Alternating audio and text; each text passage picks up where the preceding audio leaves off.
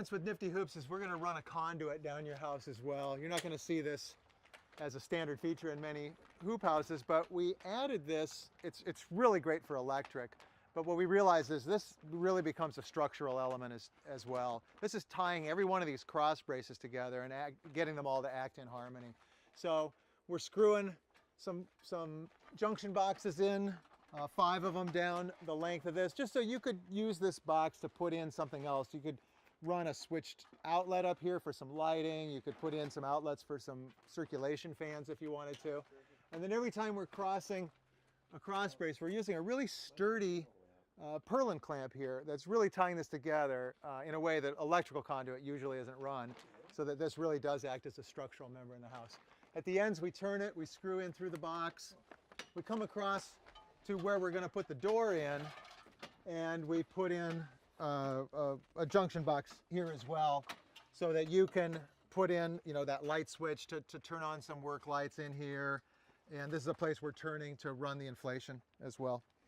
So to glue this up, standard conduit. This is 1-inch conduit, PVC,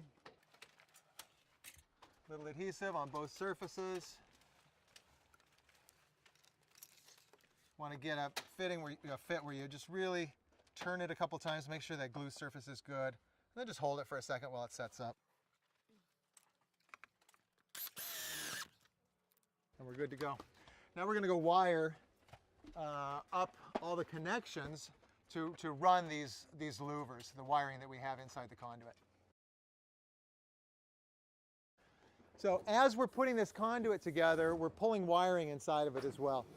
We've got the controller here. This is a thermostatic controller that's going to, you hear some little clicks at the temperature we are way down here in the 40s. I think we're actually probably maybe about 50 here, but it's saying that it thinks it's 45. We can also, while we're at it, if we think it's 50, we can turn the pointer dial to 50 and turn this dial to where we hear those clicks. And now we've set the temperature at about 52 now. So this is all self-adjustable for any temperature you want to have. The 2 knobs turn independently. So we've got a wire coming that's bringing power in from our solar in this case, and we've got the power we want to bring in to our controller. So we'll start there. I can see a little bit of damage on this wire, so I'm going to make sure everything gets trimmed up above the damage. Just cut them about the same length. Basic electrical. It's about 3/8 of an inch we need to make up these crimp fittings. And you could bring an electrician in if you wanted for these jobs, but really this is something that's pretty easy for you to do as well. Low voltage is, you know, there's nothing about code you need to be worried about. Nobody can get hurt. It's all 12 volt. So, you know, very simple, red to red, black to black. Just make sure you get it on there. Good. Make your crimp. I've got the 2 reds, now I'll do the 2 blacks. And this is connecting. So we even took, you know, like wires and put them together. We're going to do the same thing with these, all 3 of those. So that brings the power into our controller. The controller decides when power should go to the louvers to open and close them. So one of these white wires is that controlled wire, and the other 2 are the 2 that are running through this conduit out where we're going to connect them to those louvers. The louvers are going to go on last after we've pulled plastic, and we'll show how we wire up there. It's the same thing though, it's just going to be connecting red to red, black to black.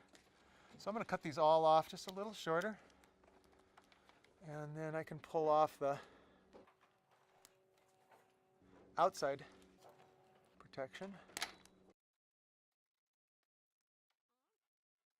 So again, what this is going to do is we've got the switched wire that's going to tell when we want the power to go to those louvers to open or close them.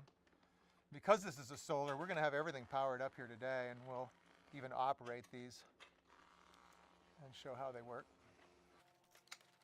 But just a matter of, in this case, all 3 reds together.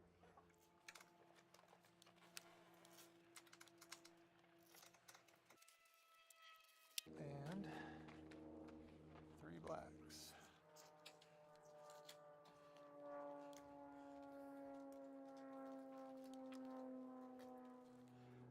are wired at the controller. I like to take this and just loop it around a couple times.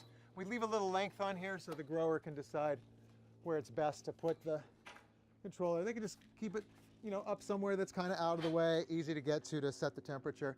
What we're going to do through the winter is set this thing at about 60 degrees.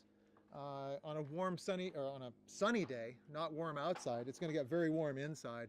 And you know, the grower is going to tend to want to not have super high temperatures inside after they've had a super cold night. So set it about 55, 60 degrees. It's going to open those louvers up, keep this house from heating up. Could be like 90 degrees on a February day.